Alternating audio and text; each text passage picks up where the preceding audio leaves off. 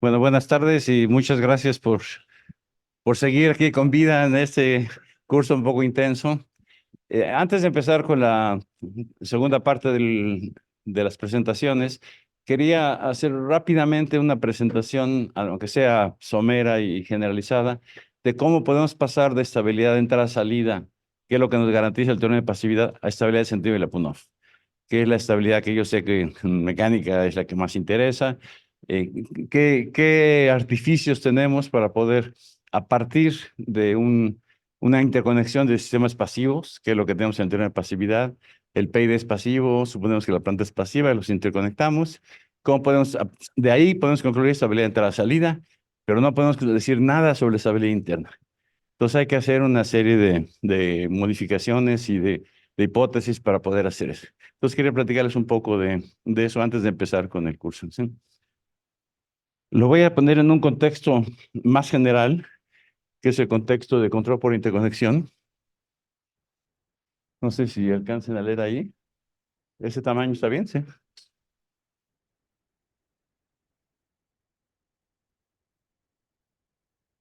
Que el PI es un caso particular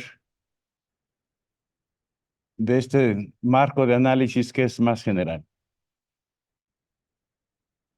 El nombre fue introducido por Jan Willems hace como 30 años. Fue la primera vez que habló del control, no como procesamiento de señales, sino como interconexión de subsistemas. ¿De acuerdo? Antes de que empezara con el behavior y esas cosas que después lo ocuparon mucho tiempo. Y la idea es la siguiente: la idea es, como les comentaba yo ayer, ver a los sistemas como multipuertos, ¿sí?, que tienen variables de puerto U, Y. Empezamos por describir el sistema de esa manera, sin a priori definir qué es la entrada y qué es la salida, son variables de puerto. Y lo que se quiere es, y este sistema tiene su estado, X, en Rn, y tiene su función de energía, ¿sí? Y suponemos, o lo escogimos de manera que fuera un sistema pasivo.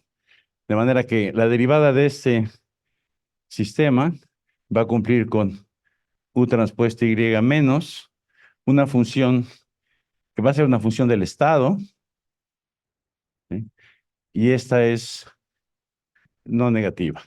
Entonces, esto es la potencia. Esta es la ecuación de balance de potencia. Esta es la potencia suministrada.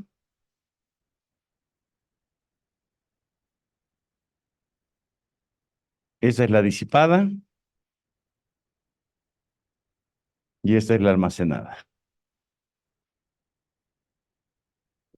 Si ustedes conectan una fuente, le van a entregar potencia a este dispositivo, piensen en un circuito, por ejemplo, y va a satisfacer esta ecuación. ¿De acuerdo? Entonces, el objetivo de control en control por interconexión, que es lo mismo que en PID, es moldear la función de energía. O sea, cambiar la función de energía que tiene mínimos en no sabemos en dónde exactamente. Piensen en el péndulo, por ejemplo. El péndulo tiene un mínimo acá, un mínimo acá, y lo que quieren, y un máximo acá, perdón. Lo que quieren es que tenga un mínimo en otro punto. Entonces, el péndulo, ¿sí?, que normalmente tendría su función de energía potencial mínimo aquí, la quieren ustedes poner aquí, en una coordenada QD diferente de cero. Entonces quisieran ponerla en otra posición. Y lo que sabemos es que la función de energía tiende a decrecer por esta relación. Entonces va a ir normalmente la trayectoria hacia el mínimo de la función. Entonces, en lugar de tener un mínimo aquí, queremos que tenga una nueva función de energía que vamos a llamar HD de X, que va a tener un mínimo en donde nosotros queremos, ¿sí? Entonces, queremos cambiar esta función de energía, que es 1 menos coseno, la energía potencial, por esta función. Y lo queremos hacer con una acción de control. ¿De acuerdo? Esa es la idea de, bueno, la Takegaki Arimoto, esa es la idea básica, ¿no? ¿Y cómo lo hacemos? Pues le pegamos aquí un resorte, un amortiguador y ponemos una referencia. ¿De acuerdo? Entonces, ¿qué estamos haciendo? Estamos interconectando esto, podemos pensar como si fuera un sistema virtual, físico, es un sistema físico, y lo interconecto con mi sistema físico que quiero controlar. Entonces, es una visión diferente de entradas, salidas, señales, etcétera. ¿De acuerdo? Entonces, en control por interconexión, en el contexto más general, vamos a tener aquí algo a diseñar, que va a ser nuestro controlador, sigma C, que va a tener su estado, XC, su función de energía, también positiva definida, y lo vamos a escoger que sea pasivo. Queremos un controlador que sea un sistema pasivo, entonces va a cumplir con HC punto igual a UC transpuesta YC menos la disipación del controlador. ¿De acuerdo? Entonces, ambos sistemas pasivos. ¿Ok? Y este es mi sistema a diseñar, va a ser mi controlador. Y para acoplar estos dos, voy a poner un sistema de interconexión, que voy a llamar sigma I. Normalmente apuntamos la flecha hacia acá, en el sentido de que la energía o la potencia está siendo suministrada por el controlador. ¿De acuerdo? Entonces, un caso particular de interconexión es la retroalimentación negativa. ¿Sí? Ahorita vamos a ver cómo podemos generalizar esta interconexión y utilizar ese grado de libertad. Entonces, yo lo que voy a pedir para este sistema, se pido que este sea pasivo, que este sea pasivo y que este sea sin pérdidas. ¿Sí? Sea lossless. ¿Qué quiere decir sin pérdidas? Quiere decir que la potencia que yo tengo acá es igual a la potencia que yo tengo acá. Y no hay ninguna disipación en el sistema. O sea que esto es equivalente a decir que U transpuesta Y más UC transpuesta YC igual a cero. ¿De acuerdo? La potencia que va en entrada de uno va de salida del otro. Ya que aquí no hay elementos de disipación.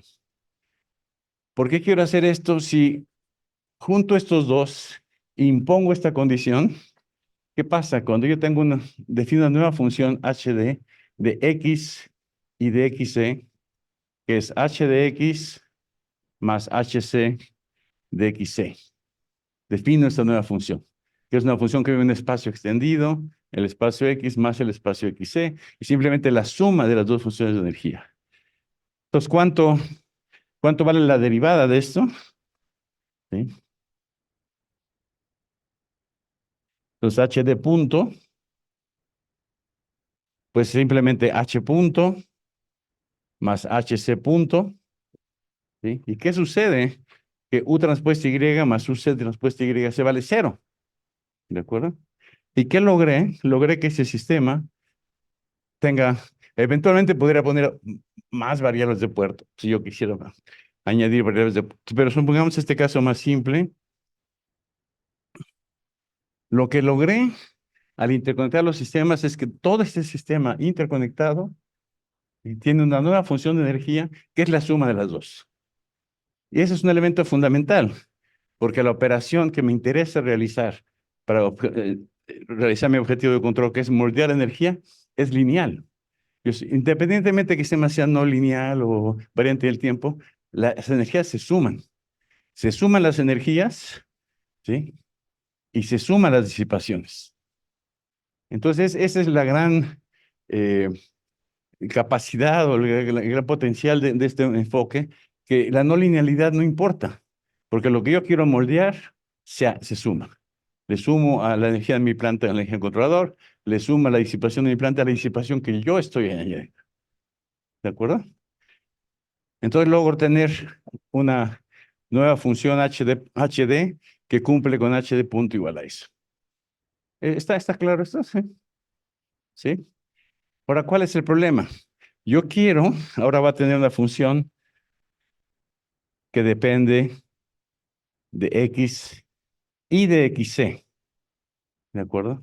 Y yo quiero que esta función tenga un mínimo. Aquí está X, aquí está XC y aquí está HD. Tengo un mínimo en un punto aquí. ¿De acuerdo? En un plano definido por X igual a XD. Pero no lo puedo hacer, no puedo modificar la forma, la dependencia con respecto de X, porque estoy sumando una función que vive en otro espacio.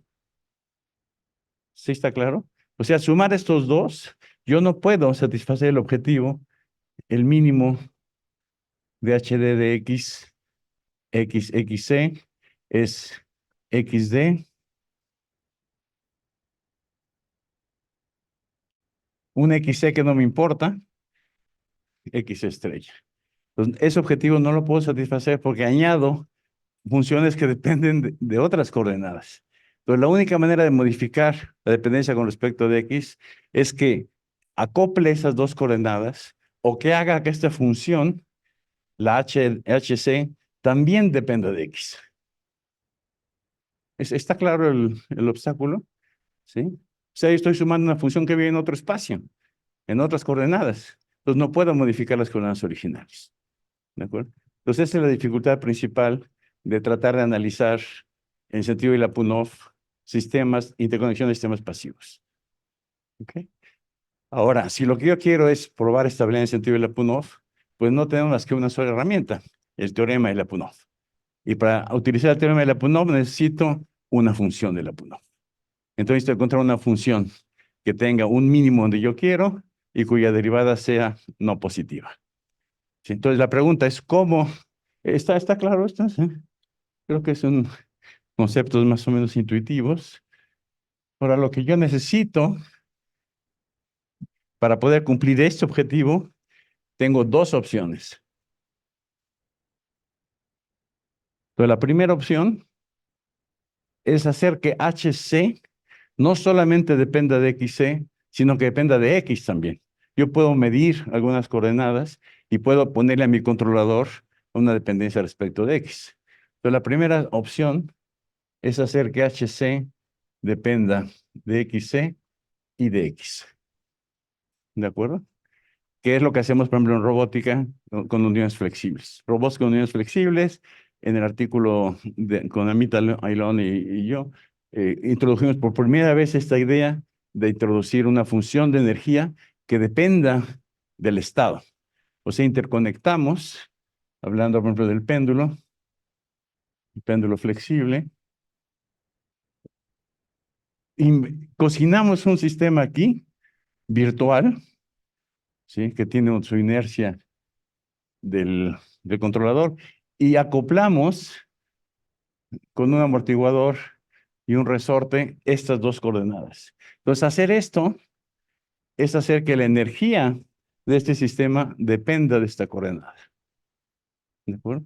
Es crear una función de energía que depende de X. ¿Sí, sí está claro? Entonces, ahora, si tengo este escenario, ahora sí ya HD va a depender de XC y de X, pero ya hay un acoplamiento.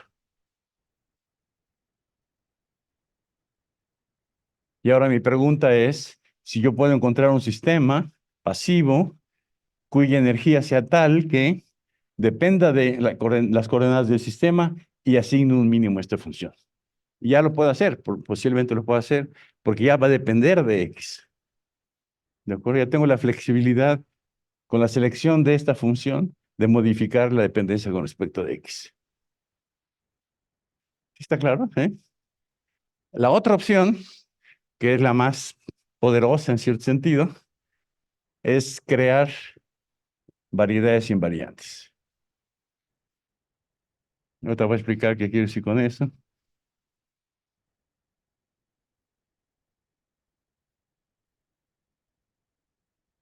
O sea, crear subespacios en el espacio de estados extendido XXC que sean invariantes con respecto del tiempo. O sea, ¿qué es un espacio invariante? Entonces, déjeme rápidamente dar los conceptos básicos. Los espacios invariantes.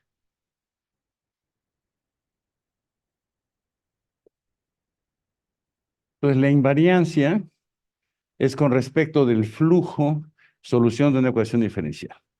Déjenme hablar del caso x punto igual a d f de x, para simplificar. Entonces, yo tengo un sistema así, ¿sí? Y voy a introducir una definición. Un subconjunto, llamémoslo omega, que es un subconjunto de Rn, es invariante con respecto del flujo de este sistema, sí y solo sí, la siguiente implicación es cierta.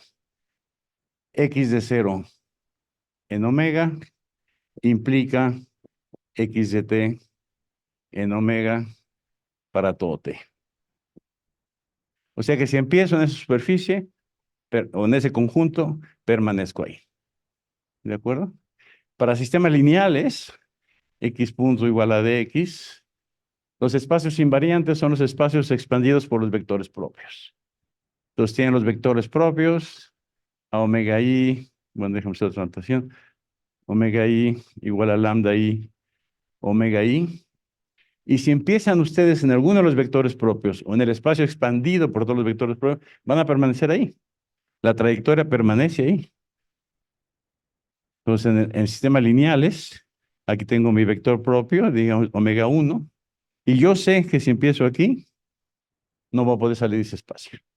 Voy a evolucionar ya sea hacia acá, si el valor propio es estable, o hacia acá, si el valor propio es inestable. ¿De acuerdo? Entonces, en sistemas lineales, los espacios invariantes son muy sencillos, son espacios lineales. Pero no lineales no. Y no lineales son variedades. ¿Sí está claro? ¿Sí? Bueno, esa es la definición de invariante. Y ahora tenemos dos teoremas fundamentales. ¿Cuáles son las condiciones para que un subespacio sea invariante? Entonces, el teorema 1.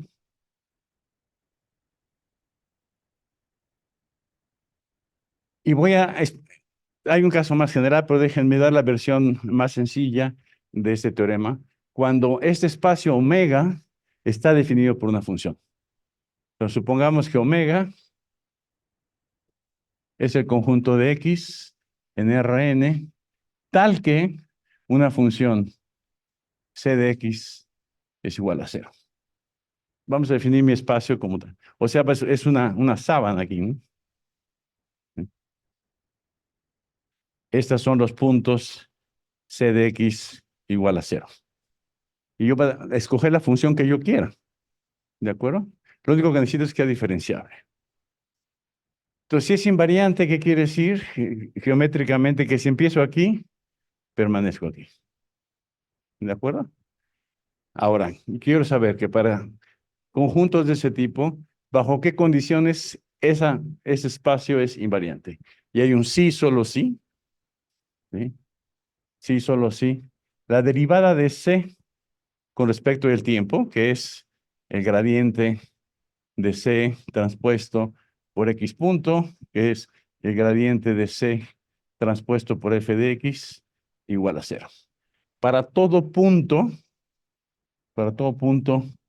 X en omega. ¿Sí? Entonces, ¿qué necesito? Es evaluar. Esto, al final de cuentas, si yo tengo f dado, es una ecuación diferencial parcial. Tengo que buscar la C que cumple con eso. ¿De acuerdo? Y es más o menos lógico, porque si esto se cumple, no puedo moverme hacia arriba y hacia abajo. Arriba habría otra curva que sería c de x igual a c1 mayor que 0. Abajo habría otra curva que es c de x igual a c2 menor que 0. Entonces, si yo no quiero salirme de esta, la derivada tiene que ser 0. O sea, piensa en teorema de la no, es la misma idea. ¿Sí está claro? Sí. Entonces, dada esta condición, yo sé bajo qué condiciones voy a poder encontrar, dado f, una c, y es necesario y suficiente que cumpla con esto. ¿De acuerdo? Ahora hay otro resultado que sé que vamos a utilizar, que es el siguiente. Bueno, ahora, ¿qué gano yo con crear espacios invariantes? Lo que gané es que puedo ver mi función h de x, xc. Supongamos que esta función, disculpen la notación, es xc igual a L de x, extendiendo x, incluyendo xc. Supongamos que tengo una función de ese tipo. Y eso sería xc punto igual a L punto. Esta condición sería la condición necesaria y suficiente. Entonces yo puedo definir, como yo sé que este espacio es invariante, para toda xc en el conjunto, omega, X, yo sé que xc es igual a L de X. Entonces voy a poder reemplazar esto, una HM de X, FS de X igual a 0. Y ya creé una función que es exclusivamente función de X. Y a esa le puedo tratar de asignar el mínimo. ¿Sí, sí está claro? ¿Sí? Entonces, ¿qué fue lo que hice? Generé subconjuntos del espacio de estado, en el cual si empiezo en ese conjunto, me permanezco en ese conjunto. Y si ese conjunto no tiene que ser explícitamente, puede ser una ecuación algebraica implícita, pero supongamos por simplicidad entonces todos los movimientos del sistema en esta variedad, esto se le llama una variedad, va a cumplir con hm punto igual a 0, y esta hm es una función exclusivamente de x. ¿De acuerdo? Yo puedo darle un nombre nuevo a esta h de tilde de x. Y esa pudiera ser mi candidata de Lyapunov, porque ahora sí puedo asignarle un mínimo. Ya sé que la derivada negativa es semidefinida. Entonces, mi único problema es cómo le asigno un mínimo. O sea, yo sé que h de tilde punto es menor o igual que 0, porque es la suma de las disipaciones. ¿De acuerdo? Es la misma función, nomás vista proyectada. Entonces ya tengo esto de mi teorema de Lyapunov. Lo que me falta es garantizar la positividad de x, de h de tilde de x es igual a x estrella. ¿De acuerdo? Entonces el juego que yo tengo que jugar, ahorita vamos a dar una variación del teorema que lo hace más general y más poderoso a la vez, ¿no? El juego que yo tengo que jugar es encontrar esas variedades invariantes tales que yo pueda crear esta función que me permita darle a esta función, asignarle a esta función un mínimo donde yo quiero. Entonces, dentro de todas las soluciones de esta ecuación, voy a buscar una que me permita asignar esto. Esta es mi tarea. Bueno, mi primera tarea es encontrar las Cs y después ver dentro de las Cs cuál C me sirve para hacer esto. No los he perdido completamente. Ahora, ¿cuál es el problema de este enfoque? El problema de este enfoque es que si mi condición inicial está aquí, pues ya me perdí, porque nunca voy a llegar a la variedad de abajo. ¿De acuerdo? Entonces, tengo dos opciones. O pongo la condición inicial tal que sería la condición inicial del controlador, tal que empiezo en esta variedad, porque sé que no voy a mover esa variedad. O lo que hago es que sean invariantes eso le llaman las hojas de la foliación. Esta es una foliación y esta es una variedad. Añadiéndole una serie de condiciones técnicas, de diferenciabilidad, etcétera, etcétera, ¿no? Entonces, ¿qué es una foliación? Es ahora un omega indexado, ¿sí? Que es el conjunto de X en Rn, tal que C de X igual a K. Entonces puede ser 0, 1, -1. Entonces estoy cubriendo toda la foliación. Ahora, si logro que este sea invariante, ¿sí? Y no importa dónde empiece la condición inicial va a estar terminada por K. ¿De acuerdo? Entonces me quito esa dificultad de que tengo que empezar en la hoja HD de X, C de X. Puedo empezar en cualquier hoja de C de capa de X. Sí, sí, sí, está claro. Sí. Entonces, esa es la manera como generamos funciones de Lyapunov. ¿Sí? En el libro, en particular en sistemas mecánicos, la aplicación de sistemas mecánicos, sí. La K son constantes, son reacción.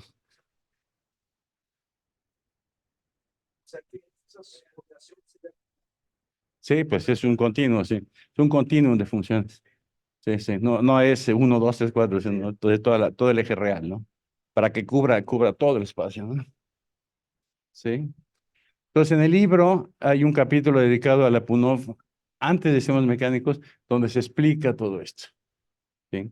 Cómo resolver esto. Después, la gran dificultad, como siempre en no lineales, es resolver esta ecuación diferencial parcial. Ustedes tienen la F y tienen que encontrar la C. Y eso es una ecuación diferencial parcial, que sabemos que es difícil resolver, etcétera. Pero en el libro tenemos Para el caso particular de PIDs, teoremas constructivos. Es decir, si mi función, si mi sistema original tiene tales y tales propiedades, que son condiciones de involutividad, condiciones geométricas, yo puedo dar la fórmula de C, de resolver esa ecuación diferencial parcial explícitamente. Y ya que tengo la fórmula de C, voy, me planto aquí y trato de satisfacer esta. ¿Sí está claro? ¿Sí? Bueno, quería darles esto porque creo que es una parte del material importante, porque lo que vimos ayer, disculpen, perdí mucho tiempo en aplicaciones, no me dio tiempo de ver Lyapunov. Y es una parte importante. O sea, con PIDs no solamente podemos garantizar estabilidad en entrada-salida, sino también garantizar estabilidad en sentido de Lyapunov. Entonces, ayer, cuando les di el PID, les puse, no quiero, escribí algo mal, ¿sí? Nuestro PID que es XC punto igual a UC, y S igual a menos KP, y S menos KI XC. ¿De acuerdo? Ese es un PI clásico. Entonces, lo que hacemos es proyectar esta coordenada XC sobre un subespacio invariante. O sea, hace que el subespacio invariante sea XC igual a gamma de X o alfa de X, ¿no? O sea, mi variedad va a ser esta. ¿De acuerdo? Y entonces, ¿qué logré? Logré que si empiezo en esa variedad, voy a permanecer en esa variedad. Y la realización del controlador ya no va a necesitar esto, porque voy a estar en la variedad, y lo que voy a hacer es reemplazar XC por gamma de X. Entonces, ayer que les di rápidamente la expresión del PD, apareció un gamma de X, que no sabemos dónde venía. Bueno, ese gamma de X viene de acá. Entonces, en el caso de PIDs, yo quiero que la acción integral defina, o el término de la acción integral, define una variedad invariante. ¿De acuerdo? Respecto de X. Y en el caso de sistemas mecánicos, va a depender de Q exclusivamente. Porque la coordenada que yo quiero moldear es Q. Yo quiero moldear la energía potencial, no quiero moldear la energía cinética. ¿De acuerdo? ¿Está claro? Sí.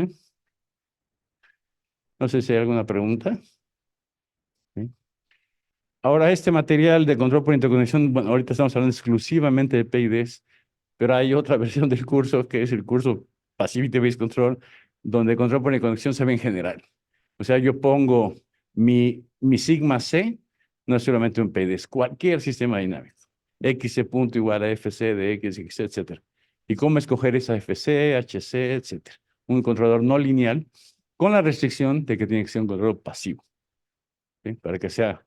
O sea, ¿qué fue lo que jugamos? El hecho de que si yo sumo H de X más HC de XC, yo sé que la derivada es negativa, porque es la suma en las disipaciones. ¿Sí? Entonces ya tengo una parte de las condiciones de Lyapunov. Ya tengo una función que es no creciente. Si logro generar variedades invariantes, tengo una función de X, no solo de X y XC en espacios separados, sino combinadas. ¿De acuerdo? Ya sea que haga que HC dependa de X o que lo logre generar invariantes, entonces tengo una función de X que ya puedo tratar de moldear. ¿De acuerdo? O sea, tengo ya garantizada la condición de que la función que yo quiero construir, mi candidata de Lyapunov, sea ya negativa definida. O sea, es al revés. Normalmente lo que nosotros tenemos, lo que llamamos candidata en la función de Lyapunov es una positiva definida. Y tengo que ir a ver cómo la hago para que la derivada sea negativa definida. Aquí es al revés. Ya tengo una función que ya sé que la derivada es no positiva y necesito que la función sea positiva definida respecto a un punto de equilibrio. ¿Ok? Es un juego dual. ¿Ok? ¿Alguna pregunta?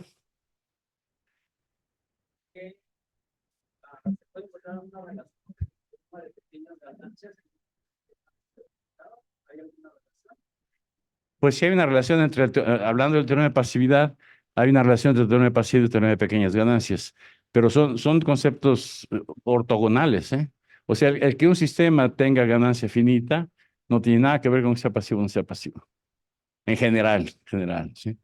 En sistemas lineales, como es condiciones están caracterizadas por desigualdades algebraicas, pues ahí sí podemos relacionar. Pero en no lineales, en general, no hay, ¿no? Es uno de las comentarios que nos han hecho varias personas, que el teorema de pequeñas ganancias, que es una herramienta también bastante poderosa, no lo utilizamos para nada en toda esta literatura. Es exclusivamente el teorema de pasividad. ¿Sí? Y tal vez con el teorema de altas ganancias, por ejemplo, C.P. Young, el de Brooklyn, el profesor de Brooklyn, tiene una serie de teoremas donde utiliza el teorema de entrada, salida, el teorema de pequeñas ganancias para hacer diseño de controladores. Entonces, tal vez sería un área a investigar. ¿Ok? ¿Alguna otra pregunta? Sí.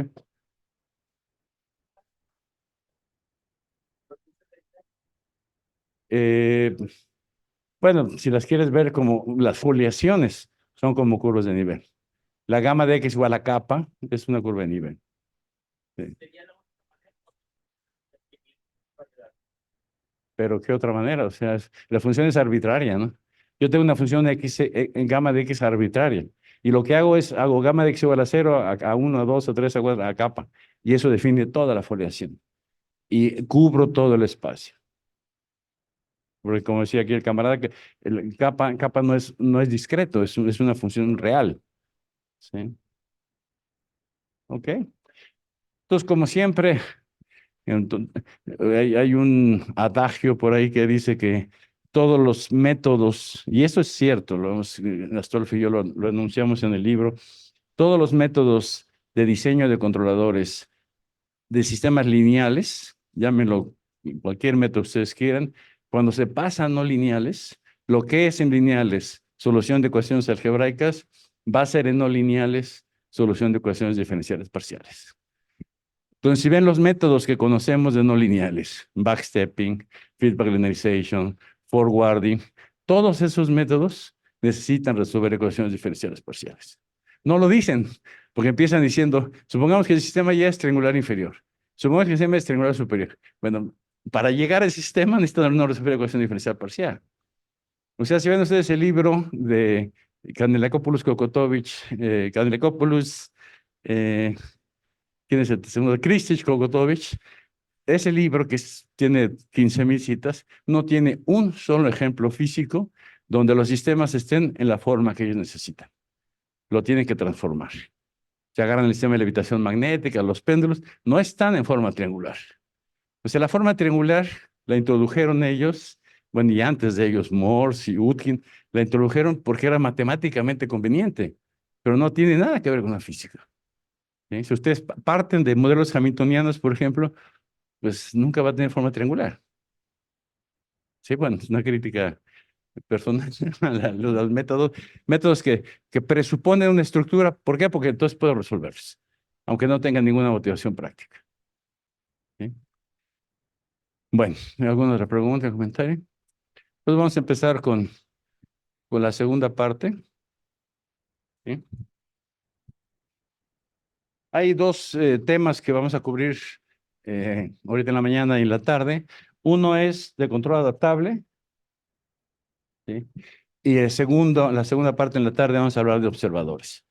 Lo interesante es el lazo de unión entre esos dos temas, es que el enfoque de observadores que vamos a presentar, que es un enfoque novedoso que introdujimos nosotros, se llama PIVO, P-E-V-O, o G-PIVO, Generalized PIVO. Y las siglas quieren decir Parameter Estimation Based Observers. O sea, lo que vamos a hablar en la tarde es cómo diseñar observadores traduciendo el problema de observación del estado a un problema de estimación de parámetros. Y entonces, como ya formulé un problema de estimación de parámetros, después necesito un estimador para estimar esos parámetros. Y quiero un estimador que me pide el mínimo posible de exigencias, que las exigencias están dadas en términos de lo que llamamos la excitación. Yo quiero que mi estimador converja a pesar de que no tengo excitación persistente. Entonces, ese es el lazo de unión entre esta parte de la plática y la parte de la tarde de observadores. Que la técnica que vamos a ver es una técnica que traduce el problema de diseño de observadores a un problema de estimación de parámetros. Y sorprendentemente ha tenido muchísimas aplicaciones. Por ejemplo, yo tuve un alumno chino, Bowen Yi, que trabajó mucho tiempo en robótica en Sydney con Ian Manchester, que es uno de los líderes mundiales en robótica. Entonces, en robótica hay una técnica que se llama SLAM. No sé si ustedes hayan oído hablar del SLAM. El SLAM es Simultaneous Localization and Mapping. O sea, tiene un objeto volador, y lo que quieren es localizar al objeto dónde está con respecto a su coordenada y además mapear la zona, ¿sí? Y lo que hacen ellos es integración. O sea, tienen señales que hay que integrar y las integran numéricamente. Es una operación sumamente frágil, ¿no? Bueno, lo que hizo Bowen G, una serie de artículos en la comunidad robótica, es probar que el SLAM es un GPU.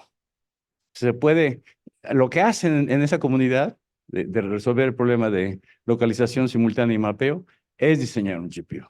Entonces fue muy interesante y eso ha hecho, bueno, me gané una invitación a Australia a visitar ella en Manchester para explicar el GPU y ha hecho que la gente ya tiene un marco de análisis riguroso, que es el GPU, que antes era, vamos a integrar ecuaciones diferenciales y si podemos bien y si no, no se pueden. Entonces el GPU ha tenido muchas aplicaciones muy interesantes, ¿no? ¿Sí? Y voy a hablar de algunas de ellas. ¿Ok? Bueno, entonces vamos a empezar con este tema. ¿Sí? Está concentrado, como dice el título, en diseño de estimadores de parámetros. O sea, yo parto de una representación de mi problema donde hay una dependencia explícita de parámetros inciertos y ciertas mediciones. O sea, lo que se llama una regresión. ¿Sí? Entonces, el caso más simple, que es el que tenemos siempre, en robótica siempre lo formulamos así, es lo que se llama una regresión lineal. O sea, tiene una relación,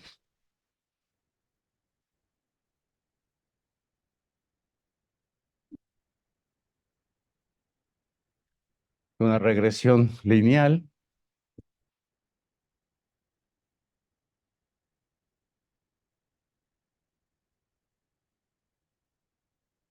Es una relación del tipo y de t igual a phi de t x por teta, donde ustedes tienen estas dos variables medibles y este es un vector constante, en RQ, digamos, desconocido. ¿Sí? Entonces, el problema es, perdón, phi de t, dadas mis mediciones y de t y phi de t, ¿cómo reconstruir teta? Un problema histórico, la primera vez que habló de esto fue en el contexto de la determinación de las trayectorias de los satélites. O sea, el trabajo de Gauss y escribe ecuaciones como estas, ¿no? Y igual a phi de t. Y la teta, en ese caso, son ubicaciones de los planetas, etcétera, ¿no? Entonces, un problema clásico, histórico, en economía, es el pan de cada día, análisis de regresión. ¿De acuerdo? Entonces, ¿qué sabemos de este problema de regresión lineal? Bueno, tenemos una condición necesaria y suficiente, que está en el libro de Goodwin y Sim, por ejemplo. ¿Sí? Entonces, una condición necesaria y suficiente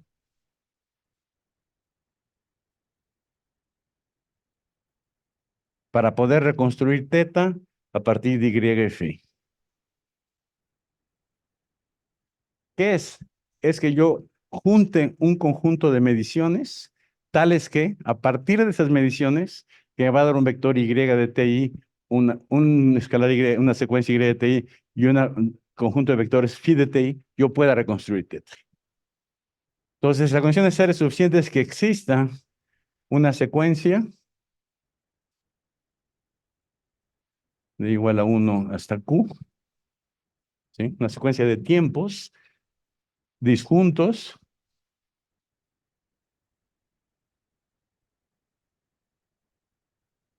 ¿sí? No necesariamente uno detrás del otro, puedes hacer espaciados, pero que existan esos q instantes de tiempos. Tales que, ¿qué voy a hacer? Voy a formar una gran matriz Y, no sé cómo llamarla, de Tn, digamos, que va a ser Y de T1, Y de T2 hasta Y de TQ, donde tomo la dimensión de esta secuencia igual que la dimensión de un vector desconocido. ¿De acuerdo? Tiene que haber Q instantes de tiempo. Y este nuevo vector que va a satisfacer va a satisfacer esta ecuación matricial. Phi de T1, phi de T2, hasta phi de TQ.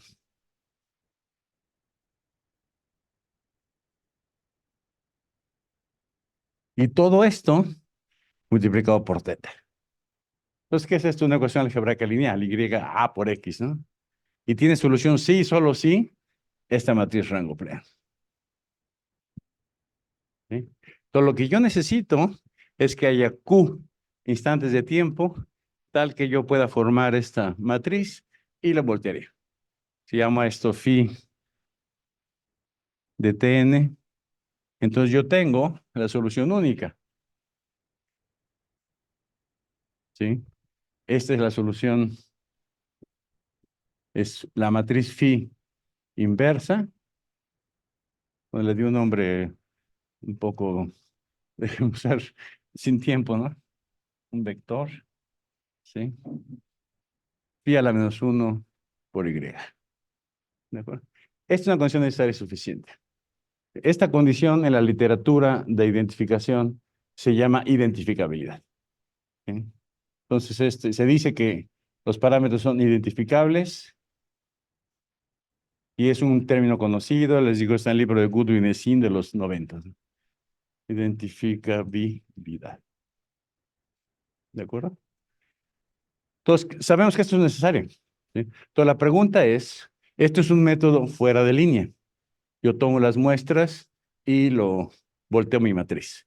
Pero si yo quiero hacer, por ejemplo, control adaptable, o quiero hacer seguimiento de parámetros, si estos se van a mover, yo quiero un método en línea. O sea, yo quiero, aquí tengo mi planta, ¿sí?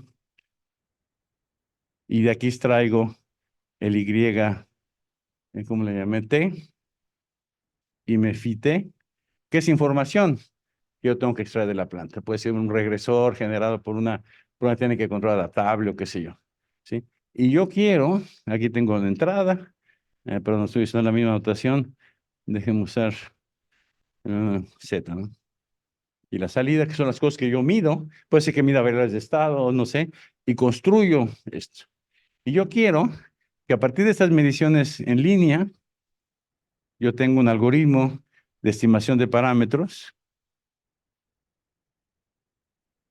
que yo lo alimento con la Y y phi de t en línea y me genere una función teta sombrero de t. O sea, es un estimador en tiempo real. ¿De acuerdo? O sea, yo quiero poder reconstruir teta en línea. Porque esta teta sombrero de t lo voy a utilizar, por ejemplo, para control o para tratar de seguir parámetros.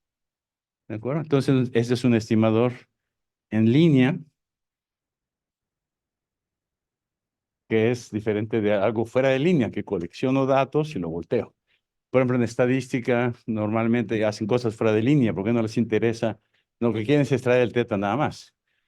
Pero hay términos, hay de estudios nuevos de econometría en la cual quieren seguir variaciones de los tetas. O sea, los tetas, en ese caso, son tasas de interés o cosas así.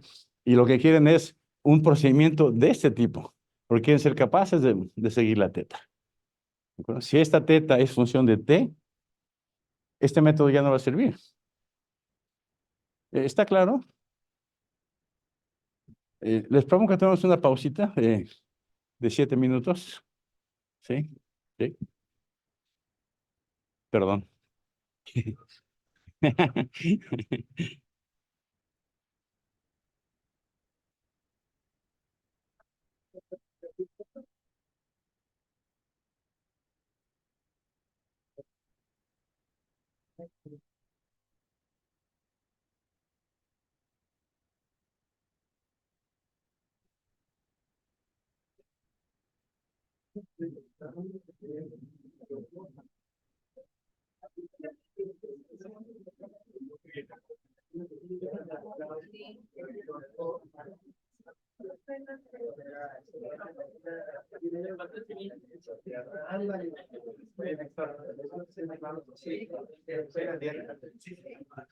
No está muy técnico, ¿no?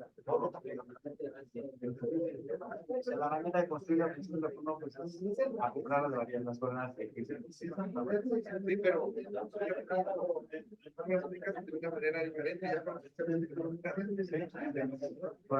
Lo que pasa en PIB es que el sistema sigma C es un PIB. Es particular, ¿no? Pero en general puede ser cualquier diseño, escojo la dimensión del controlador, escojo la dirección. Ya está listo para eso. El PID solamente para PID. Para el caso general, bueno, son los artículos.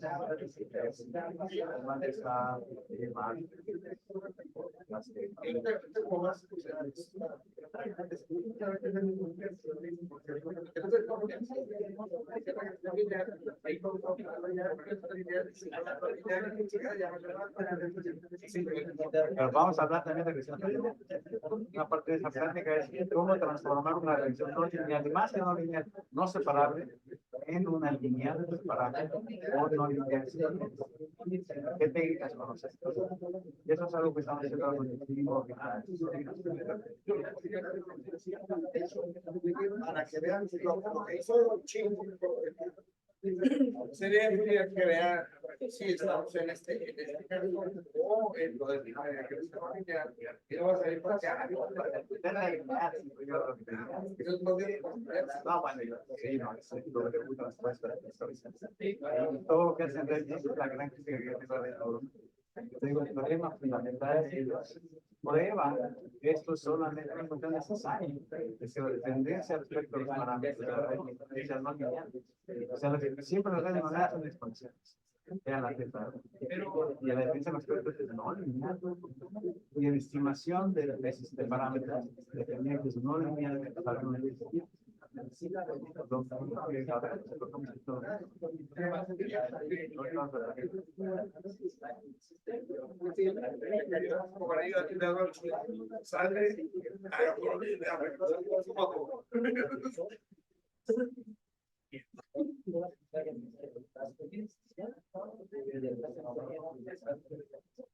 Otro por lado.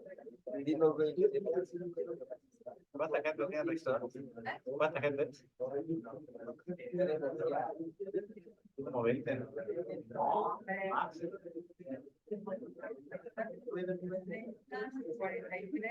40. Exacto.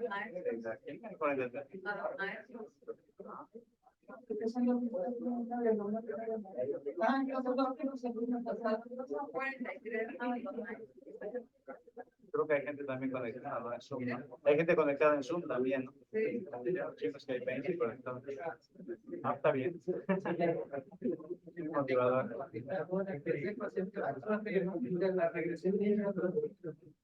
No sé por qué, yo soy de otra, pero me suena que podemos tratar de utilizar algo parecido a eso para un problema de optimización que trae en generadores de niveles permanentes. Esa me hizo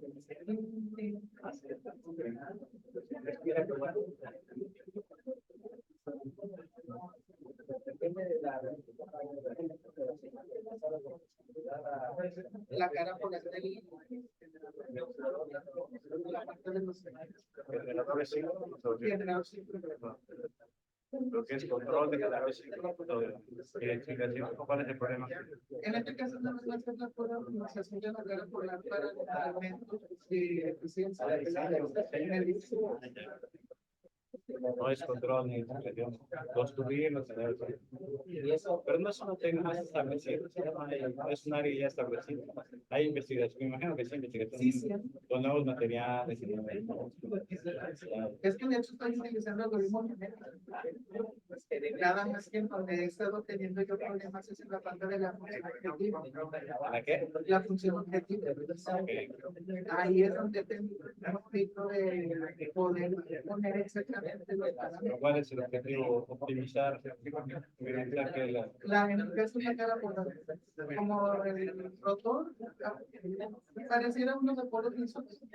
pero al ser de imágenes de manera de comportamiento se entrega un temprano de polos. Tengo pares de Isotrópicas, mira. tengo pares de reluctancia, pares de retención. Y hay Reteniendo que primera armónica no se me genera. así, cuestión diferencial parcial. Sí, lo que estoy utilizando es elementos físicos. Entonces, al final, pues, ya no va a terminar siendo, sí, va a terminar siendo. Que han intentado, ¿eh? Pero es que, mira, la universidad, cuando está haciendo las cuestiones, ¿Las que, perdón? Ah, sí que platicamos de Flex, sí, tiene que ser. Vamos a platicar al final platico un poquito lo que estamos haciendo, que es no es diseño de sistemas esqueletos, sino excitación. Entonces, supones que ya un paciente tiene un exoesqueleto y cómo excitar el sistema mecánico para que pueda hacer un movimiento. Ese es el trabajo que hacemos. Es como pero en realidad ustedes diseñan el sistema, ustedes diseñan el exoesqueleto primero, el simulador, pero también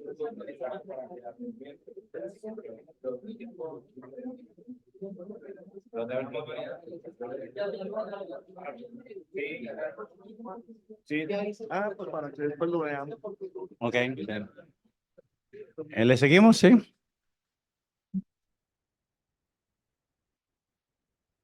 Bueno, este es obviamente el caso más fácil, el caso regresión lineal. Pero muchas veces, y es más, yo diría siempre, la dependencia con respecto a los parámetros es no lineal. O sea, yo en lugar de tener una cosa como estas, voy a tener, esta es una regresión no lineal. ¿De acuerdo? Porque los parámetros van a intervenir, por ejemplo, si está hablando de un sistema dinámico, intervienen a través de funciones senos, cosenos, etcétera, etcétera. Y una aún más complicada es una regresión no lineal, no separable. Perdón. La regresión no lineal la voy a dividir en dos, separable o no separable.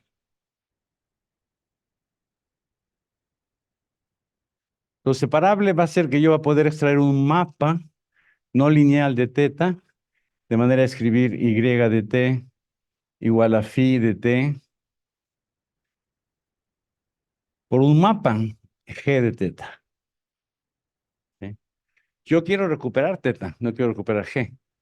Entonces sería una extensión de este caso. O sea, generalmente en sistemas físicos tengo pocos parámetros físicos, pero entran en muchas zonas. Entran repetidos, ¿no? Al cuadrado, de diferentes funciones. Entonces, este sería un mapa G de RQ a Rn, donde n es estrictamente mayor que Q. O sea, el número de parámetros es reducido, perdón, sí, el número de parámetros es reducido, pero la manera como interviene en mi dinámica aparece en muchos lugares y no necesariamente aparece en forma lineal. ¿De acuerdo? Ahora, el caso realmente picudo es el caso no separable, donde ahora ya no puedo yo extraer esto si no tengo exclusivamente una expresión como esta. ¿Sí? Entonces no puedo separar las cosas medibles de las cosas inciertas. ¿Sí? Y en esta va a ser el tema principal de esta investigación, cómo transformar regresiones no separables en separables. ¿De acuerdo? Creo que algunos de ustedes conocen a Denis Efimov, un profesor ruso que trabaja en Francia, y su colaborador Rusano Shirovira Rusano Shirovira es algebrista, es matemática algebrista. Y hay una teoría, dentro de la gran teoría de grupos, que se llaman grupos de Backlund. Y lo que tiene esa teoría es que manipulan funciones para transformarlas. Entonces, lo que queremos nosotros, poder manipular esta función para poder transformarla en esta forma o mejor aún en esta forma.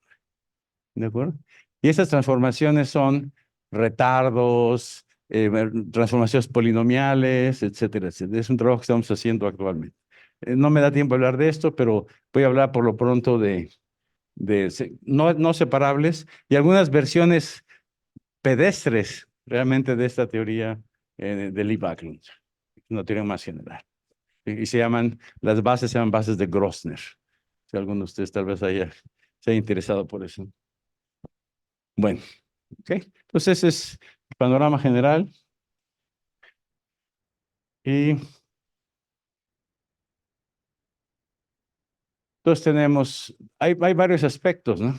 El primer aspecto, cómo traducir esta condición de identificabilidad, que es la existencia de un conjunto de mediciones tal que yo pueda completar la matriz. ¿Qué condición necesito ahora en este escenario? Si ahora yo quiero diseñar un controlador, un estimador de parámetros que cumpla con el límite de teta sombrero de t igual a teta, o sea que sea convergente, ¿qué condición necesito sobre phi? ¿De acuerdo? Yo sé que si lo voy a hacer fuera de línea, es necesario que haya q mediciones. Pero si lo quiero hacer en línea, ¿cuáles son las condiciones? Entonces hay un resultado clásico, ahorita lo voy a presentar, es excitación persistente. ¿Sí? Ok, entonces una de las tareas es cómo identificar, cómo dar condiciones que se llaman condiciones de excitación para garantizar convergencia paramétrica. ¿Por qué quiero convergencia paramétrica? Porque yo sé que tengo convergencia paramétrica, converge un sistema lineal estacionario. ¿Sí? Si voy a poner eso en un controlador aplicando el principio de equivalencia cierta, voy a poner mi controlador dependiente de teta sombrero de t. Y si yo garantizo que teta sombrero de t converge a teta, mi sistema va a ser estacionario. Y ahí tengo propiedades de robustez, en particular estabilidad exponencial, etc. ¿Ok? Bueno, entonces déjenme. Hay varios aspectos, comentaba yo. Hay falta de excitación, que es lo que estaba yo hablando en un momento, y parametrización no lineal. Son dos aspectos distintos. ¿Sí? Bueno, el objetivo es presentar una serie de resultados recientes, desde 2023, sobre esos dos problemas. Y este es el contenido, no voy a tener tiempo de ver todo esto, pero quisiera empezar por esto que es importante, porque es redescubrir este concepto de excitación persistente, fue una de las piedras de toque más importantes, no solamente en control, en optimización, inclusive en áreas que no son de ingeniería, en economía, la gente habla de excitación persistente. ¿Por qué? Porque se logró probar que uno de los algoritmos más comunes que hay para resolver el problema de estimación fuera de línea es lo que se llama el método de gradiente. Entonces se provoca el método de gradiente, que no es más que un descenso en el sentido del negativo de un gradiente, lo más elemental que podemos hacer. La condición necesaria y suficiente para que ese algoritmo converja es excitación persistente. Y va a ser una condición muy estrictiva sobre phi. Va a tener que phi esencialmente barra todo el espacio de estado todo el tiempo, o sea que el vector phi esté moviendo todo el tiempo. Eso obviamente en aplicaciones no lo tenemos. En aplicaciones, si yo voy a mover un robot de este punto a este punto, pues deja de moverse, ¿no? Entonces pierdo la excitación persistente. Y sabemos que es necesario y suficiente. Entonces ese resultado fue un resultado, se probó simultáneamente por varios grupos a mediados de los 70s. Un grupo de matemáticas, grupos de ingeniería de control, y es un resultado, repito, fundamental. Y fue un obstáculo, porque la gente decía, bueno, es necesario y suficiente, no hay nada que hacer. Porque después se probó que un algoritmo más general, que son los mínimos cuadrados, también es necesario y suficiente. Entonces ya la gente dijo, bueno, pues ya lo abandonamos, necesitamos excitación persistente. Y eso dio lugar a muchas críticas bien fundadas contra el control adaptable. Porque al conseguir hacer control adaptable, lo que queremos es que haya robustez, que garanticemos que el sistema se va a comportar bien. Y si no hay excitación persistente, no hay convergencia paramétrica, y si no hay convergencia paramétrica, no hay robustez. Entonces eso dio lugar a una serie de resultados de nosotros, de grupos americanos, de grupos chinos, de cómo relajar la condición de excitación persistente. Cómo proponer estimadores nuevos que garanticen estabilidad y de preferencia exponencial sin excitación persistente. Entonces, hay esencialmente tres grupos, repito, el grupo de los americanos, con técnicas de self-learning que llaman, utilizan algo de principios de aprendizaje. El grupo de los chinos son también, han logrado un resultado similar, y el grupo de nosotros. ¿De acuerdo? Bueno, entonces la contribución nuestra fue precisamente este estimador, ¿sí? Que llamamos DREM, que consiste de dos componentes: modificar o extender el regresor y mezclar. Vamos a explicar matemáticamente qué es esto. ¿Sí? Y ha sido, bueno, realmente es uno de los artículos que el número de citas ha crecido exponencialmente. Fue publicado hace como 4 años, ahorita tiene como 600, 700 citas, y nos da mucho gusto ver que ha sido adoptado por mucha gente, en muchas comunidades. Sí, recientemente estuve en Tokio, en el Tokyo Institute of Technology, y 2 o 3 de los profesores están ahí que trabajan en áreas que no tienen nada que ver con control adaptable. Uno que trabaja en cybersecurity, están usando el DREM. O sea que ha probado que es una técnica poderosa y que puede ser utilizada en varios contextos. Y después vamos a hablar de parametrizaciones no lineales.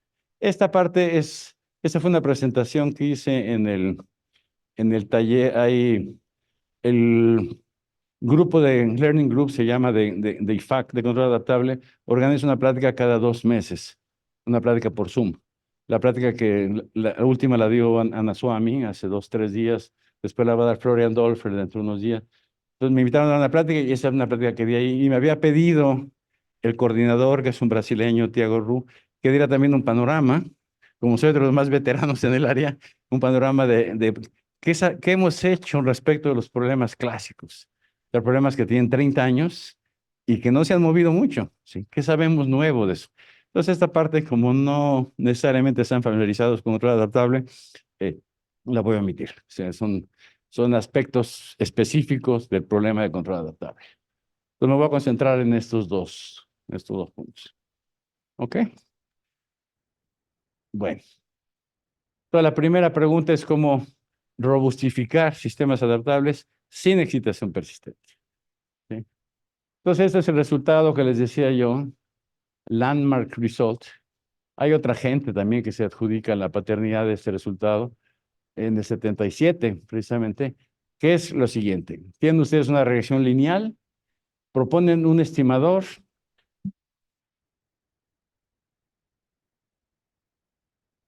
gradiente,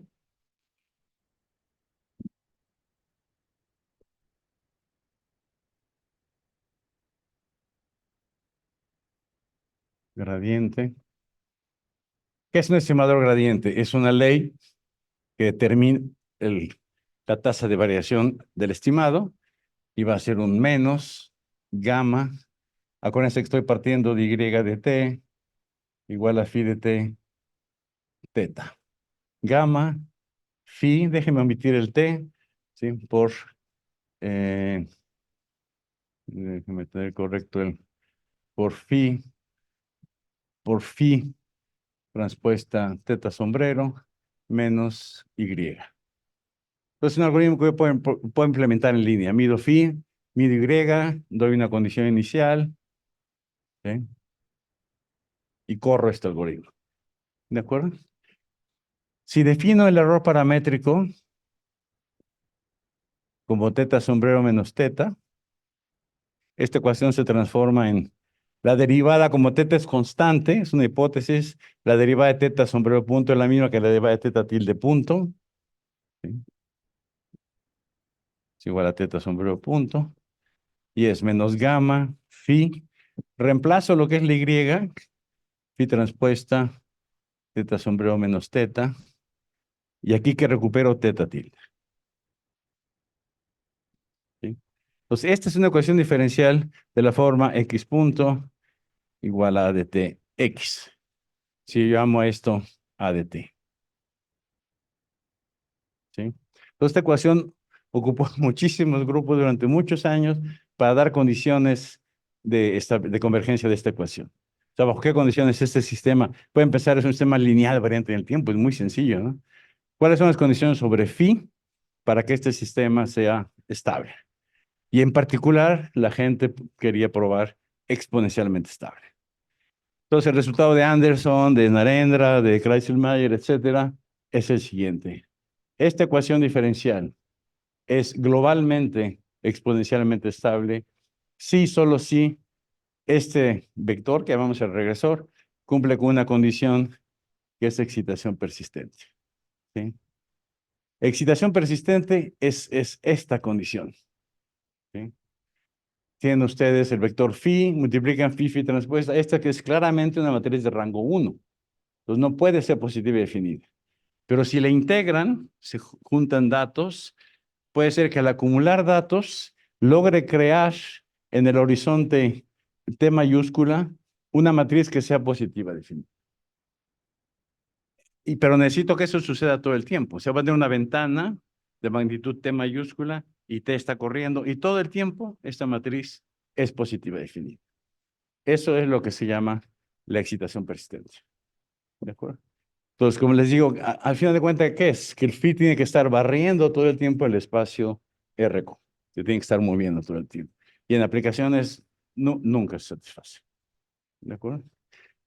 Entonces eso llamó la atención de los investigadores. Dijo, ¿cómo puedo yo cambiar esa condición para poner convergencia paramétrica sin excitación persistente? ¿De acuerdo? Y es un reto que se enunció hace 20 años. Y es hasta hace poco, hace 5 o 6 años, que salieron los primeros resultados. ¿De acuerdo? ¿Por qué? Porque P es muy restrictivo, porque además tenemos resultados, no solamente de nosotros, de mucha gente, que prueban que en el contexto de control adaptable, o sea, cuando voy a usar esos estimados en un controlador, tipo control adaptable, lo que llamamos en la literatura, lo que llama la gente, yo no, en la literatura de control adaptable robusto, no es robusto.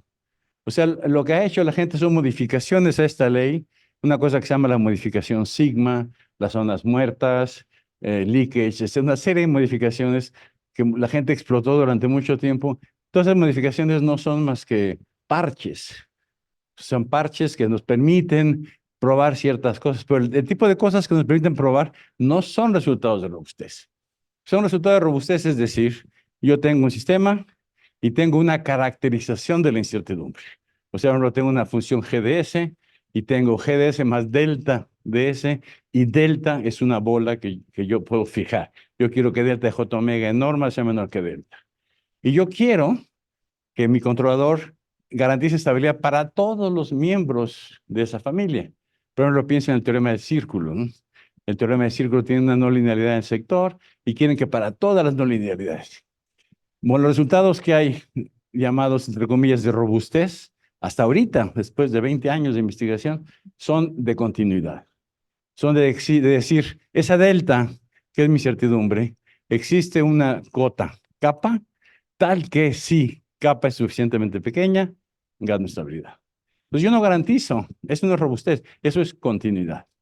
Y hay mucha gente, entre ellos en Francia, mucha gente hace eso, Rogelio Lozano y compañía, afirman que es robustez, cuando no es robustez, es continuidad. O sea, yo sé que con capa igual a 0 funciona, entonces hay un capa chiquito, tal que va a seguir funcionando. Entonces, esa es la razón de por qué, o una de las razones de por qué queremos convergencia paramétrica. Pero cuando hay convergencia paramétrica, ahí sí tenemos un resultado de estabilidad robusta. ¿De acuerdo? Bueno, esto es una... Por ejemplo, en aplicaciones de identificación, nosotros hemos estado trabajando en el problema de estimación de la curva de polarización. Creo que ayer platiqué de esto, la curva de polarización de una pila de combustible. Ahí necesitamos conocer los parámetros exactos. No podemos, si queremos utilizar esa curva de polarización para control, necesitamos que converjan los parámetros. ¿Sí? Entonces hay una motivación fuerte de por qué queremos convergencia paramétrica y preferentemente que converja exponencialmente para que sea rápida. ¿Por qué la convergencia exponencial? Porque la convergencia exponencial, a través de lo que se llama la estabilidad total, nos da un margen de robustez. O sea, yo sé que si el sistema es exponencialmente estable, tengo propiedades como input state stability, de una serie de propiedades que van más allá de la estabilidad. O sea, que son medidas de robustez. ¿Sí? Robustez a ruido, etcétera, ¿no? Y esos son los resultados, los tres grupos. Hay mucha gente que lo afirma, pero revisando la literatura con cuidado, yo únicamente identificaría estos tres. Este es un grupo de la Universidad de Georgia Tech y lo llaman Concurrent Learning. ¿Sí?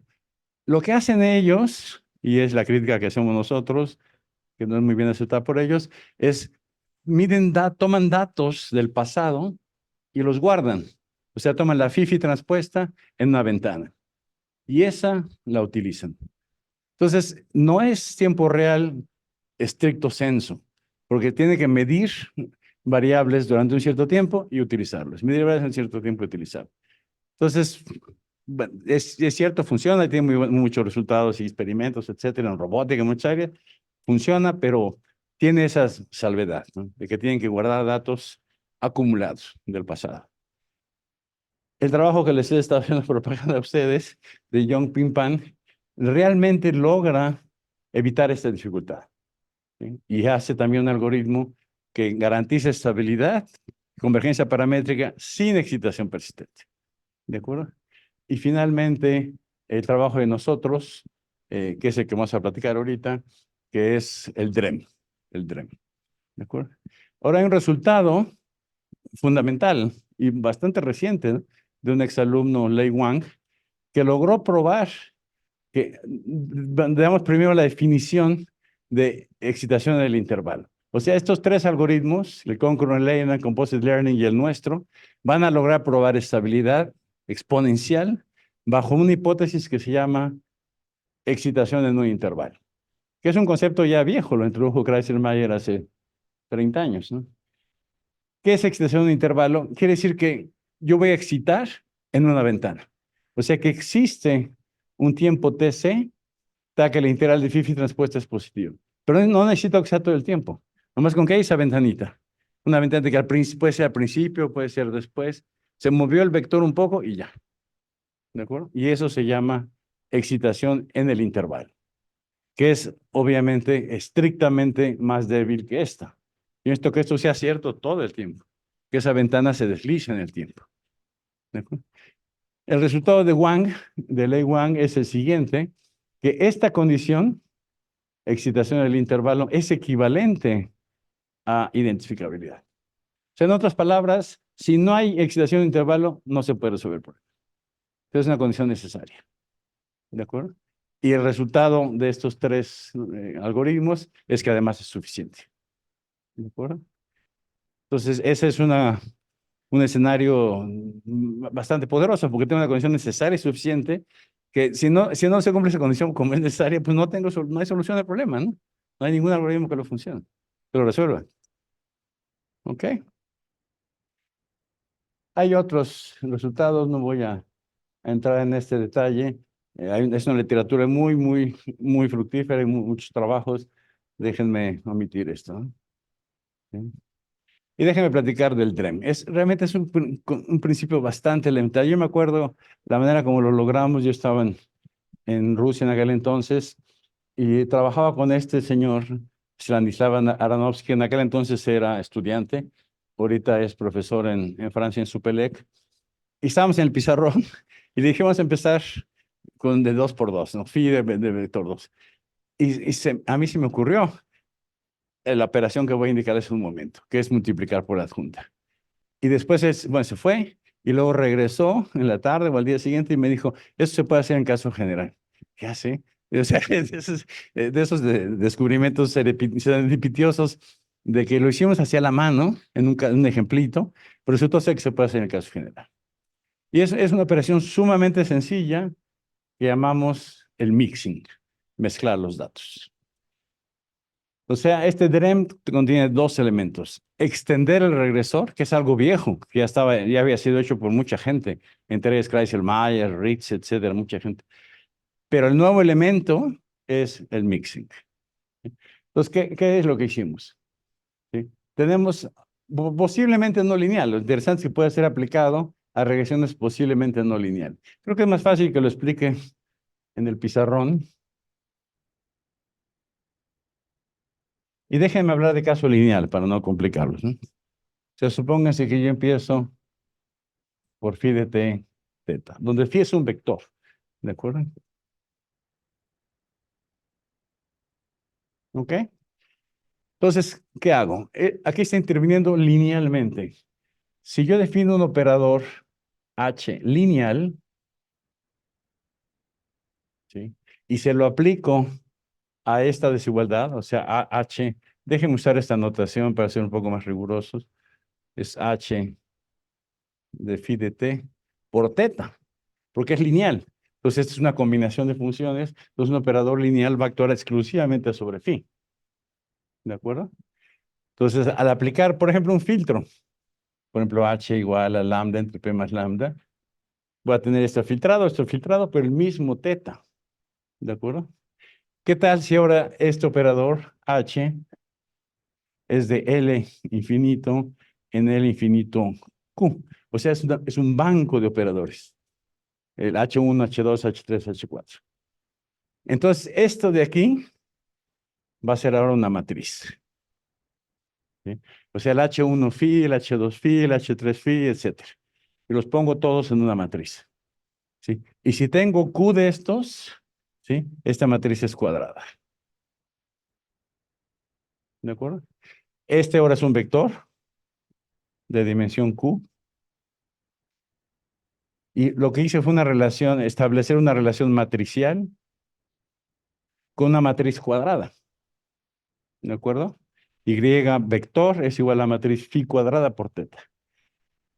Todos sabemos que la inversa de phi es 1 entre el determinante de phi por la adjunta de phi. ¿De acuerdo? Esa es la definición de la inversa cuando la matriz es invertible. Entonces, la observación que hizo Aronofsky fue que esta relación también se puede escribir como delta de phi. Esto es un escalar determinante, ¿no? Delta de phi es por i, es phi por la adjunta de phi.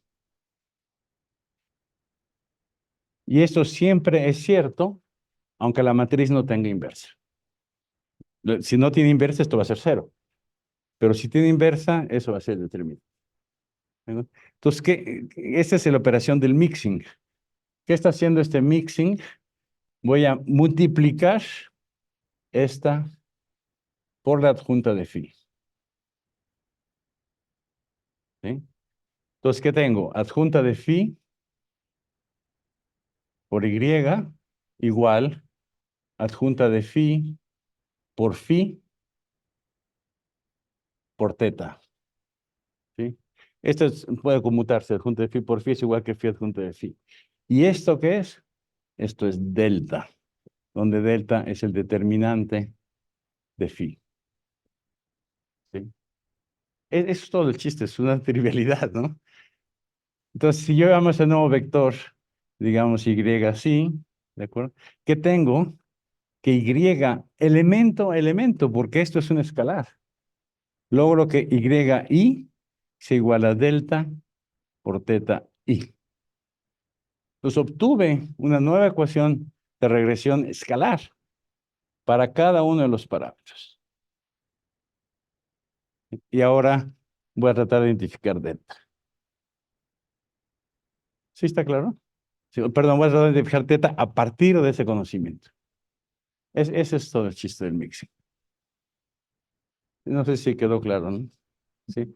Ahora, esta operación es lo que se llama extensión dinámica del regresor.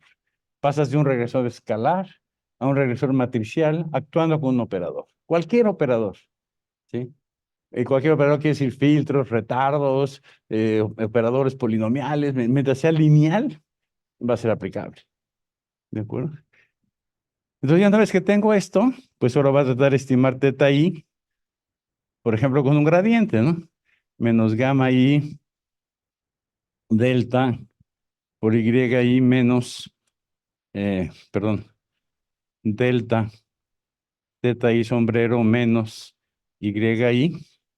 ¿Y qué tengo? Ahora tengo, si voy a la ecuación del error, tengo teta tilde y punto, escalar, igual a menos gamma i delta cuadrada teta tilde I.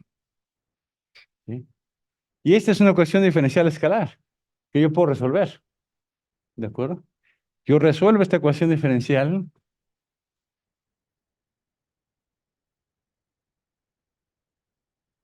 Y yo sé, por ser escalar, es E a la integral entre 0 y t de delta cuadrada de S teta tilde I de 0. Ahí está la solución. ¿De acuerdo? Entonces tengo una condición necesaria y suficiente para convergencia paramétrica, que es que esta señal se vaya al infinito. ¿De acuerdo? ¿Y eso qué quiere decir?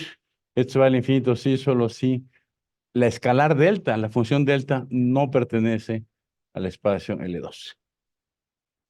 Y esa es mi condición necesaria y suficiente.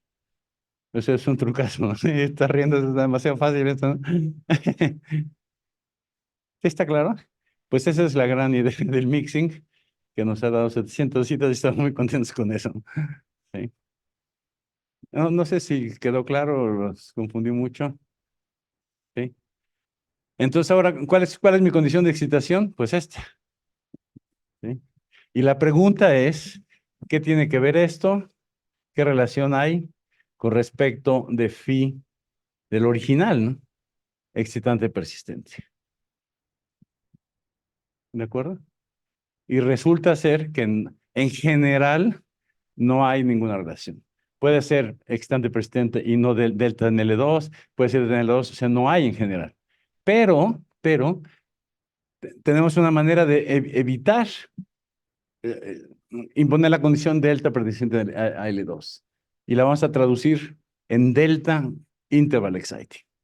O sea, lo que vamos a imponer como condición necesaria, suficiente, es que delta sea excitante del intervalo, que se va a traducir en que phi sea excitante del intervalo, y eso es equivalente a identificabilidad. O sea que la condición que tenemos actualmente es una condición necesaria.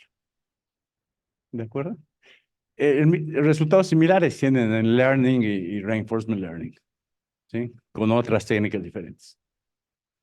O sea que ese resultado de reemplazar excitación persistente por existencia del intervalo no solamente fue resuelta por DREM, fue resuelta por otro par de técnicas, al menos otro par de técnicas. ¿Ok? No sé si los logré perder mucho. ¿Sí?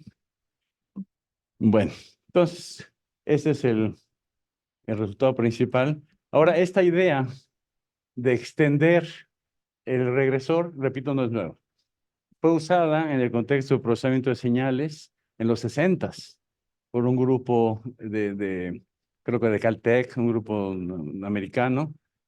O sea, el hecho de usar un banco de filtros lineales y ponían regresores, ponían filtros lineales, era su banco. Pero también fue introducida por Kreiselmayer en 77. Pero no lo supo utilizar porque no logró grandes mejoras, extender el regresor, porque le faltaba el mixing. ¿De acuerdo? Kreiselmayer murió recientemente y me acuerdo que en el obituario que escribí yo, comentamos que si hubiera sabido el mixing, porque Kreiselmayer no es un autor muy citado. O sea, poca gente entendía Kreiselmayer, ¿sí? Y a pesar de que ser uno de los pioneros de la literatura de control adaptado. Y si uno rasca los resultados, ve que tiene muchísimos resultados, pero tiene muy pocas citas. Creo que ese índice H es como de 20, 30, una cosa, lo cual es absurdo, ¿no? ¿Sí? Bueno, como alemán era difícil de leer. ¿Sí? Ok, no sé si aquí está el esquema de Kreiselmayer. Este es el autor que les decía yo de la comunidad de procesamiento de señales, usaron filtros lineales. Recientemente, y es el esquema que quisiera yo hablar, lo que usamos nosotros es mínimos cuadrados. Mínimos cuadrados. O sea, para hacer la extensión de regresor, hacemos una primera etapa de mínimos cuadrados. En mínimos cuadrados, que es la base del filtro de Kalman, por ejemplo, aparece una matriz, que es lo que llaman la matriz de covariancias. Pues resulta ser que esa matriz de covariancias tiene propiedades que nos permiten hacer la extensión dinámica. Y eso es lo que vamos a hacer. ¿De acuerdo? ¿Alguna? ¿Ok?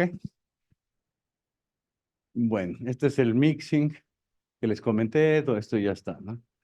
Ahora resulta ser que podemos tratar el caso no linealmente parametrizado. O sea, podemos tratar el caso donde aparece G de teta. ¿Por qué? Porque vamos a tener ahora regresiones escalares con G de teta ahí y podemos explotar propiedades como monotonicidad, convexidad, concavidad, porque ahora tenemos regresiones escalares y ahí podemos utilizar. Esa es una gran ventaja de este método con respecto a los otros dos métodos. Es el único método que conocemos en el cual podemos tratar el caso de no linealmente parametrizados, porque es el único método donde llegamos a ecuaciones escalares. ¿Sí? Pero déjenme omitir esto. Pero esto es muy importante porque muchas veces los parámetros no intervienen linealmente, intervienen no linealmente, hasta a través de funciones g de teta con cuadrados, senos, etc. Ok, entonces déjenme hablar rápidamente. Este es el cálculo que hice en el pizarrón, lo mismo que está en el pizarrón, pero para el caso g de teta, para lo mismo. ¿Sí? Entonces déjenme hablar de este método, que se lo estoy tratando de vender a Víctor y a sus colegas, que la experiencia fue ya reportada hace un par de años, la experiencia que hemos tenido tanto en convertidores, como en pilas a combustible, como en ejemplos académicos, es el que mejor se comporta. ¿De acuerdo? Porque aquí tenemos la libertad de utilizar cualquier operador lineal para hacer la extensión dinámica. Entonces, lo que hacíamos hace 3, 4 años era filtros o retardos, cosas relativamente sencillas, pero sí logramos, obviamente, mejor desempeño, pero no logramos la calidad de transitorio que tenemos con este. Entonces, ¿en qué consiste esto de mínimos cuadrados más DREM? Lo llamamos con una connotación hipiosa de los 60s, el LST. ¿Sí? Entonces, ¿qué tiene? Olvídense del G, si quieren piensen en teta sombrero. Esto es un mínimos cuadrados convencional, estas dos ecuaciones. Si agarran un libro de regresiones, no solamente en nidificación, cualquier libro donde aparecen mínimos cuadrados, van a encontrar estas ecuaciones. Pero la diferencia, lo que estamos nosotros utilizando, es una propiedad que fue reportada en la comunidad de control adaptable hace por lo menos 20 años, no 84, por este profesor, el profesor de la Herminal. Y fue utilizada ad nauseam, diría yo, por Rogelio Lozano, por ejemplo, ¿sí? en su trabajo de control adaptable. Y la propiedad, es una propiedad muy interesante, muy sencilla, es que este vector, f a la menos 1 teta tilde, si quieren, es constante. Entonces, la derivada de ese vector es 0. Pero resulta ser que esa propiedad me permite hacer mi extensión dinámica. O sea, generar mi y vector, mi phi matriz, que van a estar dados por estas expresiones, y lo está haciendo, o sea, el operador que estoy usando yo es el operador de mínimos cuadrados, que es un operador lineal. Es un operador lineal. Pero le estoy dando una estructura de mínimos cuadrados. ¿Sí? ¿Por qué? Porque yo sé que mínimos cuadrados tienen propiedades de convergencia muy buenas, son comparados con el gradiente. Se ha sido estudiado por muchos años la diferencia entre mínimos cuadrados y gradiente en términos de tiempo de convergencia, dominio de atracción, etcétera, y sistemáticamente domina mínimos cuadrados. Entonces tiene una etapa de mínimos cuadrados, después el mixing, que es esto, y al final la generación, ya una vez que se generó el regresor escalar, no lo puse aquí, bueno, el y igual a delta teta, entonces aplicar aquí un gradiente. O sea, es una mezcla de mínimos cuadrados y gradiente. ¿De acuerdo? Y tiene la propiedad de que la convergencia es exponencial bajo la condición de phi interval exciting. Lo único que necesito es que phi tenga un instante de tiempo en el cual excita y después se puede apagar. Entonces ese es el resultado y es un resultado que ha tenido bastante aceptación. ¿Sí? No sé si aquí terminamos esta parte, entramos a la segunda parte, no sé si hay alguna pregunta sobre el método DREM y estimación de parámetros. Esta es la segunda parte en la cual ustedes quieren transformar una regresión no lineal en una lineal o al menos una separable. Tiene una regresión no separable y eso surgió por una serie de aplicaciones. Una de las aplicaciones fue lo que se llama el coeficiente de potencia de los molinos de viento, que llama CP lambda, para los que hayan trabajado en molinos de viento. Es una curva monotónica que relaciona la velocidad del viento con la potencia suministrada al generador. Es un coeficiente fundamental, el coeficiente de potencia. Y resulta ser que para tener una buena aproximación de ese coeficiente de potencia es necesario utilizar exponenciales. O sea, funciones exponenciales. También, por ejemplo, en ingeniería química, una de las leyes básicas es la ley de Arrhenius. La ley de Arrhenius es una ley aceptada universalmente y es un exponencial. ¿De acuerdo? Entonces, muchas veces, muchos sistemas físicos, pilas de combustible, celdas solares, el coeficiente de potencia, aparecen exponenciales. O sea, E a la teta algo. Y esa es una no linealidad no separable. Yo no puedo separar una exponencial. ¿De acuerdo? Las redes neuronales. ¿Sí? Las redes neuronales son exponenciales, son no separables. La trampa que es no lineal, las de redes neuronales, es decir, lo voy a expandir en series, voy a hacer alguna manipulación cardíaca, pero el problema de la estimación de parámetros que entran en la regresión de una manera no lineal, no separable, es un problema abierto. Y esa es una de las razones por las cuales las redes neuronales no va a progresar nunca, mientras no se resuelve ese problema. O sea, progresar quiere decir que vayan a través de pasos sólidos, no de simulaciones y por prueba por simulación, bueno, pues eso es no muy motivador, ¿no? Científicamente, ¿no? Perdón, pero ya me está echando cosas ahí. Bueno, entonces, ¿cuál es el problema? Ahora quiero yo. Mi problema es que ahora tengo este escenario. Tengo que las variables medibles, Y, y la variable phi medible depende directamente de teta y no las puedo separar. No puedo escribir esto como una phi de t por una g de teta. ¿De acuerdo? Piensen, otro ejemplo son los senos. El seno de teta de t. Tampoco lo puedo separar. Esa es una regresión no separable. Y muchas veces yo quiero estimar la frecuencia. ¿De acuerdo? ¿Cómo le hago para estimar la frecuencia si no puedo encontrar una regresión lineal? No puedo extraer el teta de esa relación trascendente, ¿no? El seno de teta de t. Entonces, el seno, el coseno, todas las funciones trascendentes, los exponenciales son funciones no separables. Y desafortunadamente aparecen mucho en las aplicaciones. ¿Sí? Entonces, la pregunta es, ¿cómo puedo hacer? En particular vamos a hablar de exponenciales. ¿Cómo puedo hacer para transformar esta en esta? ¿Sí? Y lo que vamos a hacer son operaciones algebraicas. ¿Sí? No, déjenme omitir esto. Ha habido mucha literatura. Es un artículo de nosotros del 99.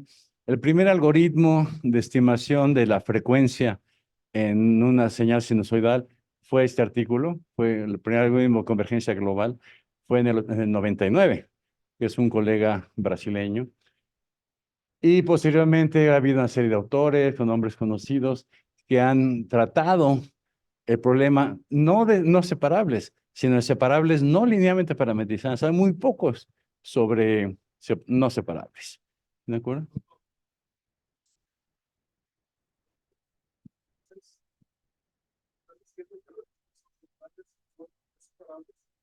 No, estoy diciendo que el modelo riguroso de ¿estás hablando de redes neuronales en particular?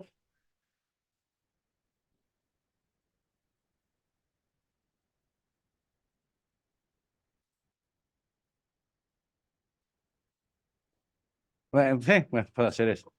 Puedo hacer eso, sí. Pero ya es una aproximación, ¿no? Para que la serie de Fourier sea una identidad, necesito hacer infinita, ¿no? Entonces yo trunco y ya no sé qué pasa con la truncación, ¿no? O sea, realmente puedo aproximar por serie de Fourier seno de teta t por una sumatoria no lineal en teta, pero separable. Pero para que sea la identidad necesito una sumatoria infinita. O sea, mi preocupación es, ¿qué pasa con el término de truncación? O sea, yo no voy a tener un número infinito de redes neuronales, ¿no? Lo que hace la gente es E a la teta, ¿cómo le llaman? término de excitación, bueno, el término que multiplica, lo expando en serie.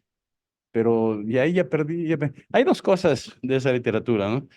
Publicó un artículo en el 96 sobre eso, ¿sí? Y la pregunta era, ¿qué contribución ha dado desde aquel entonces, ¿no? Las redes neuronales a la comunidad de control adaptable, de identificación, y el abstract era ninguna. A mi manera de ver, no había ninguna contribución, porque el problema de esa literatura es que el teorema que todo mundo invoca es de que yo puedo aproximar una función no lineal exactamente por una red neuronal. ¿De acuerdo? Pero en ese teorema hay una salvedad, hay un asterisco, ¿no? Eso es solamente si la red neuronal tiene términos exponenciales y el exponente depende de parámetros. O sea que yo voy a poder aplicar ese teorema solamente si logro identificar ese e a la teta. Y eso no lo sabemos hacer. ¿Sí? Esa es la principal. Bueno, yo había hablado con Frank Lewis, lo he hablado con mucha gente que trabaja en redes neuronales y están de acuerdo. Es cierto, ¿no? Sí. No hay. Funciona y generalmente veo uno de esos artículos y dice, la entrenamos suficientemente largo y entonces funcionó. Bueno, pues mucho gusto, ¿no? Pero no hay una prueba, no hay una prueba rigurosa. Últimos resultados muy recientes en la revista de la Academia de Ciencias, hace poco vi un artículo donde trataban de resolver el problema de la estimación del coeficiente de potencia de molino de viento con redes neuronales y la conclusión es, si lo entrenamos suficiente tiempo, va a converger. Pero bueno, ¿qué es suficientemente tiempo? Bueno, es un comentario personal. ¿Sí? Bueno, entonces, ¿qué vamos a hacer? Vamos a tratar no linealidades como estas. Eso está reportado, ya apareció en la revista, en el Transactions, creo. ¿Sí? O sea, sistemas con parametrizaciones no lineales y no separables. O sea, la gente de redes neuronales ha visto este artículo y lo están citando. Y yo sé que hay gente que está tratando de usar eso en redes neuronales. El problema es que además no es una no linealidad, es un banco de no linealidades que están en cascada. Entonces, el resultado que está aquí ya no se aplica. El resultado que está aquí es una no linealidad. ¿De acuerdo? Pero ya cuando son muchas y mucho más en cascada, pues ya no se puede aplicar. La idea es sumamente sencilla, ¿no? ¿Sí? Tenemos un sistema como estos, por ejemplo, en mi medición depende no linealmente de teta. Y yo quiero estimar teta. Entonces déjame con este ejemplito ilustrar la idea general. Entonces, ¿qué hago? De esta expresión, yo mido X, mido Y y quiero estimar teta 2 y teta 1, teta 2. Olvídense de esto, ¿no? Lo que importa en realidad es este. Entonces derivo, repito, esto fue trabajo esencialmente de mis colegas rusos, que es gente muy, muy buena analíticamente, para hacer cuentas son buenísimos, pero no hay un sustento matemático sólido detrás, excepto las famosas bases estas ¿cómo se llama? De Beckner, ¿no? Que la estamos trabajando actualmente. Es un área nueva que estamos trabajando. ¿Sí? Aquí lo que hacíamos era operaciones a la mano. Bueno, lo que hicieron los rusos. ¿Sí? Entonces, que expresan de aquí, despejan al H2 y derivan. ¿Sí? Entonces, a la hora de derivar, desaparece H2 punto aquí, Y punto, H1 punto, y después despejo otra vez, vuelvo a reemplazar este al H2 teta 2 por esto. ¿Y qué logré? Logré quitar exponencial. ¿Sí? A través de la derivada y reemplazar la variable, esta ecuación ya no tiene exponencial. ¿De acuerdo? Y el problema de tener derivadas lo resuelvo por filtros. Filtro, y al final al fin de cuentas lo que logro es una relación como estas. O sea, logro una relación ya separable, Y, phi y términos que dependen exclusivamente de teta. Se mezclan todos los parámetros, pero no importa porque voy a aplicar DREM y voy a tomar el término a término y de ahí voy a calcular los tetas originales. Así de sencillo es la operación, ¿de acuerdo? En este caso fue simplemente una derivada y reemplazar, pero bueno, en casos más generales necesitamos no una, sino dos derivadas, el lema de swapping, etcétera. Pero son manipulaciones algebraicas, ¿sí? O diferenciales, pero derivadas, cosas relativamente sencillas. Entonces, eso es lo que hemos estado haciendo. Y, por ejemplo, le comentaba yo a Víctor que estamos trabajando con un grupo de la Facultad de Medicina, es ingeniería biomédica, algo así lo llaman, de la Universidad de Luisiana, en Baton Rouge, y ellos tienen un grupo que hace excitación de exoesqueletos para, eh, para gente que tiene incapacidades de movimiento, un problema en la rodilla, le ponen ese esqueleto y quiere mover la rodilla a un cierto punto, entonces la cuestión es cómo excitar, como mover el sistema mecánico, los robots van a estar en el exoesqueleto para llevarlos a una cierta posición. Y el problema es que el modelo matemático de la pierna es sumamente no lineal, ¿sí? Para que sea confiable. En particular, es una forma de este tipo, ¿sí? Tiene un estado, esta es la parte del sistema mecánico, ¿no? Con X que es Q y Q punto, pero la variable medible, ¿sí? Que es la posición a nivel de la rodilla, depende exponencialmente de parámetros conocidos. Entonces, ellos habían hecho un trabajo, son del grupo de estos de Concurrent Learning. Entonces, usaron Concurrent Learning y resolvieron el problema de estimación aproximando esto en series. ¿De acuerdo? Entonces, yo cuando vi ese artículo dije, bueno, podemos tratarlo sin aproximar. O sea, usar el truco que les mencioné hace un momento para obtener una regresión separable y aplicar DREM. Y fue lo que hicimos. Recientemente el artículo se publicó, perdón. Este es el sistema, un sistema mecánico, y la energía potencial del sistema mecánico es algo como esto. Entonces tienen el término de gravedad convencional, y luego tienen este término, que es el término complicado. Entonces, si lo vemos como sistemas mecánicos, pues es controlar un sistema mecánico en forma lagrangiana, por ejemplo, donde la energía potencial depende de un parámetro incierto a través de una exponencial. Entonces, ¿cómo resolver ese problema? ¿Sí? Bueno, pues lo hicimos. Este es el sistema dinámico. Si lo escriben en términos de JQ punto, aparecen tangentes y aparece este término, que es el término latoso. Entonces, usando estas astucias de las derivadas y reemplazando, logramos obtener una regresión como estas, donde esta W se repiten muchos parámetros, se mezclan, la W mezcla de teta 2, teta 3, etcétera, pero ya tenemos una regresión separable. Y ya podemos aplicar DREM, por ejemplo. ¿Ok? Hay una historia un poco desafortunadamente con este grupo. Es un chico brasileño, Márcio de Queiroz se llama, y él me dijo cuando empezamos a trabajar, yo dije, me interesa, tenemos facilidades experimentales, porque es una escuela de medicina, ¿no? Entonces, ellos han reportado sus artículos con el Concurrent Learning y eso, tienen experimentos. A mí lo que me interesa es ver experimentos. Simulaciones siempre funcionan. Y cuando ya le dijimos, ya lo resolvimos, se publicó el artículo y le dije, bueno, van a hacer los experimentos. Ah, pues no estaban muy seguros. Y pues, después supe que tenía una patente y tenía intereses económicos en que no se compitiera con la solución de ellos.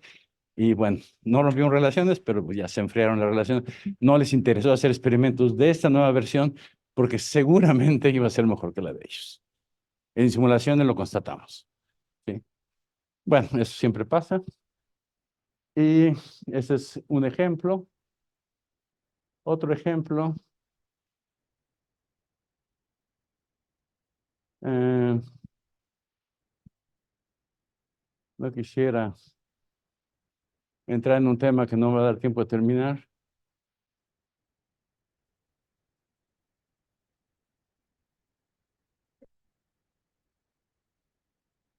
Terminamos a las 2, ¿no? ¿Desde 2:30 a 2 o hasta qué horas? Ay, perdón, perdón, ya me pasé, perdón. No, pues ya la paramos aquí. Perdón, yo no sé por qué tenía que me hubiera dicho antes. Me pasé 20 minutos, perdón, gracias por su paciencia. No. No sé por qué pensé que era hasta las 2. Disculpen. Bueno, pues muchas gracias por su paciencia.